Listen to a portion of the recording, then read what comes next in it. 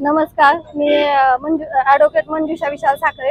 काल आम्ही कलेक्टर साहेबांना निवेदन दिलेलं होतं की जे 140 करोड रुपये आपल्या शहर विकासासाठी जे मान्य झालेले होते त्याला स्थगिती मिळालेली होती.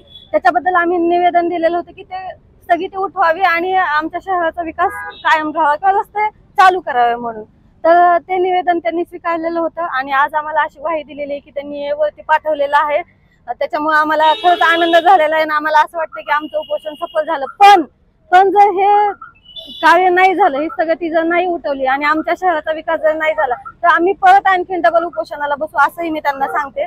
तरी आज आम्हाला त्यांनी ग्वाही दिलेली आहे आणि ती आम्ही मान्य करून आज आमचं इथं उपोषण उठवत आहोत. धन्यवाद.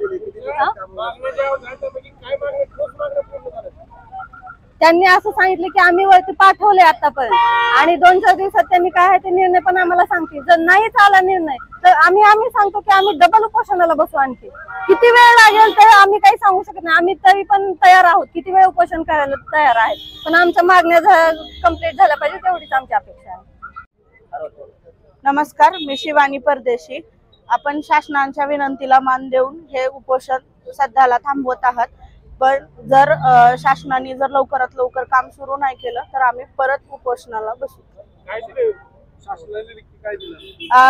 शासनाने जे आपण काल पत्र दिलं होतं, निवेदन दिलं होतं, ते पुढे पाठवून दिलेलं आहे आणि ते लवकरात लवकर काम सुरू करू असं सांगा.